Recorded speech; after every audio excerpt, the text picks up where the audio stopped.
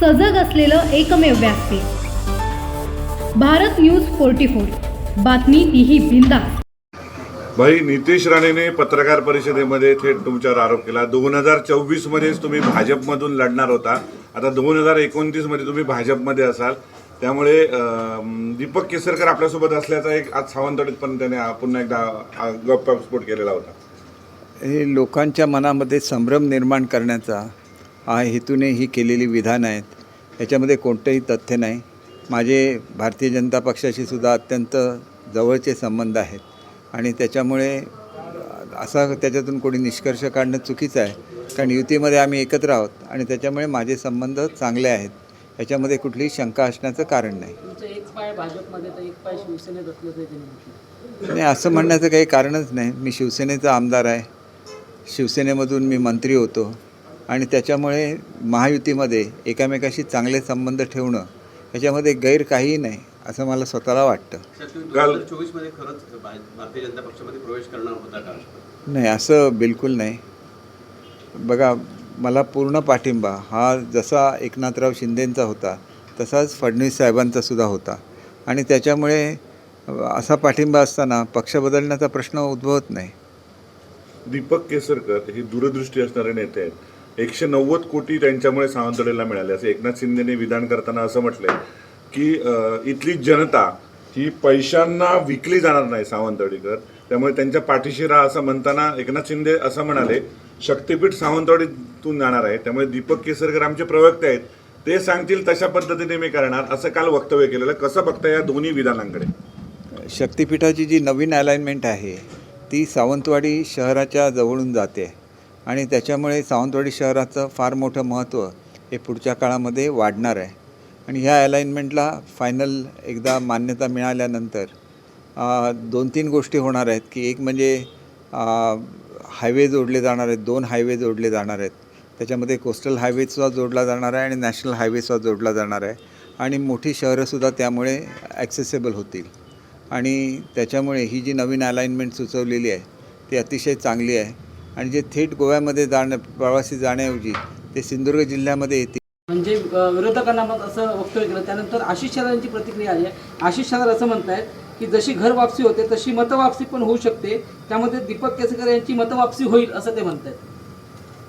नाही, असं आहे बघा, हे माझे संबंध सर्वांशीच चांगले आहेत, पण त्याचा अर्थ असा नाही की ही निवडणूक आहे।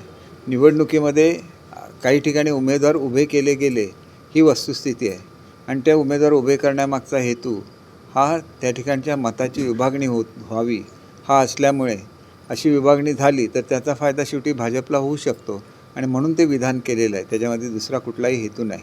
उबाटासोबत जो गेला त्याची पराभवाची मातीच चाकली असं आशिष शेलार म्हणतात।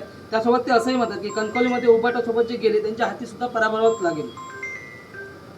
कणकवली ही लोकशाही आघाडी आहे, तिथं पक्षांचा काही संबंध आहे असं मला वाटत नाही आणि त्याच्यामुळे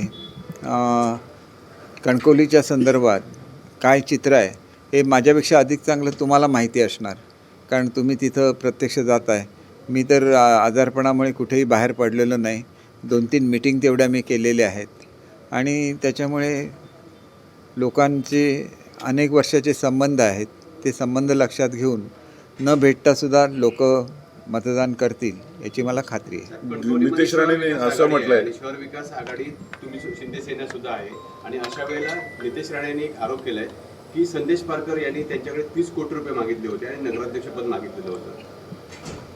नाही, हे त्यांच्यामधले दोघांमधला विषय आहे, याच्याबद्दल मला काही कॉमेंट करणं योग्य होणार नाही।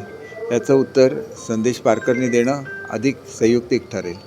भाई, नितेश राणेने आज असं म्हटलंय की तुम्ही जो थेट आरोप केलेला होता भाजपवर, भाजप वारेमाप पैशाचा सावंतवाडीमध्ये वापर करतोय, त्याच्यावर नितेश राणेने असं म्हटलंय तुम्ही सत्ताधारी आमदार आहात, माजी मंत्री आहात, तुमच्याकडे काय माहिती असेल तर ती पोलिसांनी द्यावी आणि पोलिसांनी त्याच्यावर कारवाई करावी।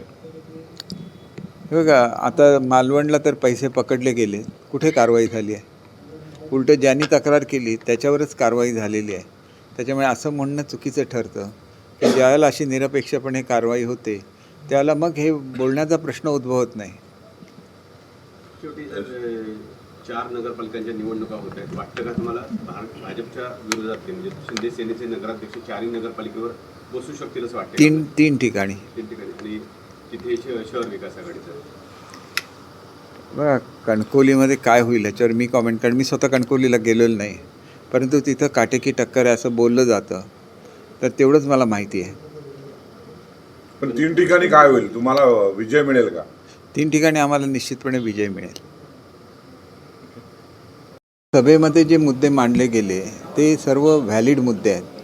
त्याच्यामध्ये वस्तुस्थिती जास्त आहे की मोती तलावाच्या संदर्भात मोती तलाव आपल्या मालकीचा आहे अशी केस घालण्यात आलेली आहे, आणि ही केस चालू असताना जर नगराध्यक्षांनी नगरपालिकेच्या बाजूने बाजू मांडायला लागते, वकील द्यायला लागतात आणि आपली बाजू सक्षमपणे मांडायला लागते, पण समोरची पार्टी जर आपल्याशी संबंधित असेल तर ते घडत नाही, आणि त्याच्यामुळे इथं कन्फ्लिक्ट ऑफ इंटरेस्ट आहे हे उघड आहे, आणि त्याच्यामुळे ते निदर्शनाला आणून देणं ही वस्तुस्थिती आहे.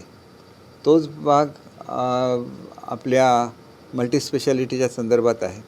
अटी शर्ती काही गव्हर्नमेंट घालत नाही, अटी शर्ती घातल्यामुळे सह्या झालेल्या नाहीत ही वस्तुस्थिती आहे. तर अटी शर्ती न करता जर त्यांनी दिली जमीन तर ताबडतोब हा प्रकल्प सुरू होऊ शकतो, आणि त्याच्याबद्दल त्यांना जमीन दिलेली आहे.